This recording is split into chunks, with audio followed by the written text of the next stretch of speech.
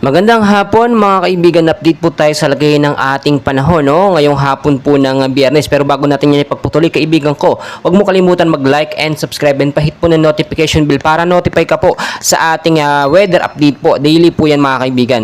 So mga kaibigan, nakataas po ngayon ang thunderstorm advisory dito po sa Mega Manila. Kaninang alas 12 po ng imedya ng tanghali ay nakakaranas na po ng moderate to heavy rain shower po na may kasamang pagkulog, kidlat at medyo may malakas din pong hangin. Dito po sa may area ng Pampanga, Nueva Ecija, kasama na po ang Metro Manila. Asahan po in the next 2 hours po ay makakaranas po ng patuloy at malakas po na pag-uulan. As of the moment, nakakaranas po tayo ng malawakang pag-uulan ngayon mga kaibigan. Biglaan po ito. Narito po yung mga lugar na posible pong ulanin ngayong hapon hanggang sa gabi. Dito po sa area ng Cavite, Tagaytay, Batangas, Ito po yung mga lugar sa Batangas, Talisay, Laurel, Calaca, dito naman po sa Quezon, Lucban, Real, Pulilio, Takawayan, at dito po sa Rizal, dito po sa Bandang Tanay, Antipolo, Rodriguez, sa Laguna naman po, Siniloan, Bulacan, at Doña Remedios, Trinidad, sa Zambales mga kaibigan, at sa ibang bahagi po ng Metro Manila, Luzon, Visayas at Mindanao ay makakaranas po ng malawakang pag-uulan. So ngayon pa lamang po, ay binabalaan na po tayo sa posible pong pagbabaha sa mga lugar po na aking nabanggit dahil nga po sa posibleng patuloy na pag-uulan hanggang sa gabi po mga kaibigan. At ayon din po sa pag-asa mga kaibigan, ito pong nararanasan natin na pag-uulan ay dala po nito nga pong hanging habagat or southwest monsoon na nakakaapekto sa ilang bahagi po ng ating bansa.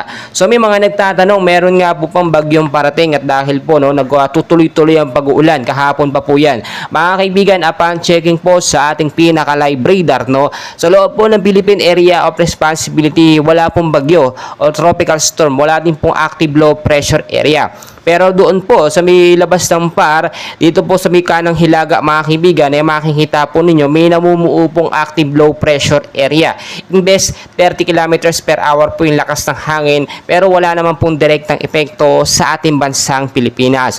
So ngayon pa lamang po binabalaan na po yung mga lugar po na bahain sa Metro Manila, madalas po yan. Diyan po sa may Luzon, Visayas at Mindanao dahil alam naman natin yung nangyaring sakuna na idinulot nga po ni Super Typhoon Karina mga kaibigan at ayaw na po natin yung maulit pa. Mas maganda po, nakahanda na tayo ngayon. Yung forecast weather condition natin mga kaibigan, narito po yung posibleng makaranas din ng pag-uulan dahil sa habagat. Sa area po ng Western Visayas, Negros Island Region, Zamboanga Peninsula, Palawan at Basilan, maulap po na kalangitan ang mararanasan dyan. Asahan po mga isolated light rains, mahina hanggang sa malakas sa pag-uulan pagdating po sa gabi. Ugaliin po magdala ng payong jacket kapote, panlaban po sa mga biglaang pag-uulan. Sa Metro Manila at the rest po ng ating bansa, patuloy din po makakaranas ng malawakang pag-uulan dahil naman po yan sa localized thunderstorm.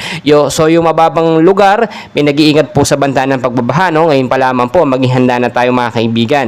Yung mga mountainous area, mga landslide prone area, mag-ingat po kayo dyan sa banta ng pagbabaha. Especially yung mga lugar po na putol-putol ang mga puno, wala na po magsusupport sa lupa. Kaya madalas po nagkakaroon ng mga landslide sa mga lugar po na matataas mga kaibigan. So mas maganda ngayon ay isipin natin na may pinaghahandaan po tayo kaysa nakakampante tayo kasi uminit lang araw ng ilang araw, akala natin hindi na po uulan mga kaibigan.